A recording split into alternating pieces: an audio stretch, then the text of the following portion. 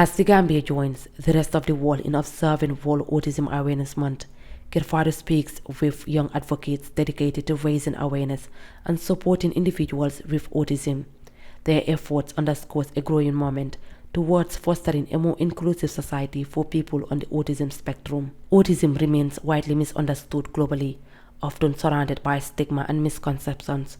However, in the Gambia, a new wave of young advocates is working to change this narrative by raising awareness, educating communities, supporting families, and pushing for better resources and policies. These advocates emphasize that their initiative aims to promote acceptance, understanding, and opportunities for individuals with autism across the country. Autism Awareness Day, observed annually on April 2nd, is dedicated to increasing awareness of autism spectrum disorder while promoting inclusion and support for autistic individuals. Abdumajib Jallo, founder of the Gambia Autism Support and Advocacy Network, highlights the challenges faced by autistic individuals in the Gambia. Autism is not, people in this country believe that autism is a disease or is a condition. No, autism is not that.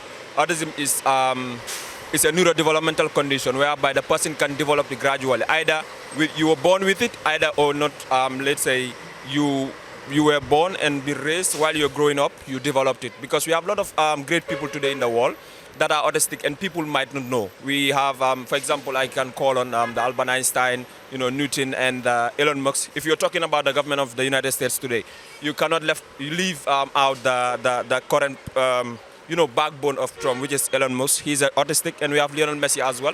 So basically, what inspired me as a young person is when I went, I did my studies outside, which is in Africa. So in that country, because personally, wherever I go, I try to learn something. So I saw that there is very, very big, big awareness being raised for these individuals with autistic. And, seeing it there, I was like, you know what, in my country and in my family, I have a brother whose daughter is an autistic. The person is a behavioral issue, has a behavioral issue and as well speech issue. So, I was like, it's only right for me to come back and do. So when I came back, I did some research and I see that there's a gap in it. Jallo stressed the social exclusion faced by individuals with autism, advocating for increased awareness and support to enable them to reach their full potential. He also highlighted the organization's commitment to gathering accurate data on the prevalence of autism, recognizing its importance in delivering effective support services. The level of awareness that is being raised in this country here, it's very, very, very limited by the health workers, by the family members, and so that inclusion is not there. And these people are not being accepted because in the Gambia, people believe that the misconception towards this autism is, let's say, the person's mom's is, loves to, relieve the body out. Let's say that misconception of the Gambian, whereby you want to come ki yayam, do not solve you correct. So that is what we want to change. That is a narrative that I want me and my organization.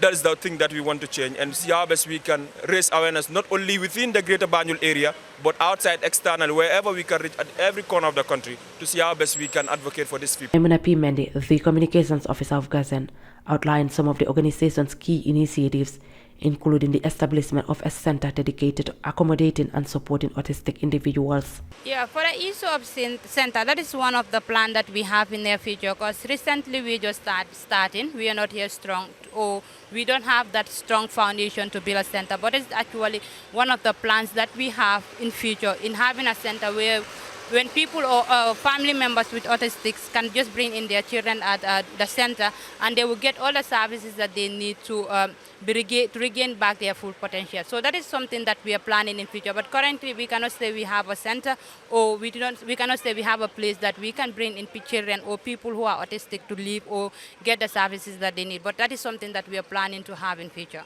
She underscores the organization's advocacy for policies that ensure accessible healthcare and specialized services for the autism communities.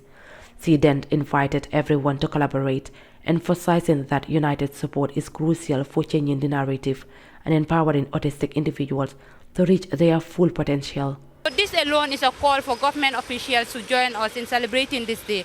And we cannot do this alone because we are still young and we are just starting up. So the government creating policies that is going to protect these young people who are autistic, to let them have the right, just as you and I have, and also contribute on how they can support them One, by creating a skill center for them. Two, by giving a vocational skill center where they can just go and learn and also have their own skill on how they can help themselves and their families in future. So we are calling on every government institution, every private institution, and every citizen of the Gambia to join us in this celebration and support us in any way that they can support us in making this a success. Because Gazen is not just here for you and I or for anyone who is a member of Gazen, but it is here to change the narrative of every Gambian and also ensure that every autistic person in the Gambia here is celebrated. To celebrate individuals with autism, the Gambia Autism Support and Advocacy Network is organizing its first Autism Awareness Day on the 12th of this month.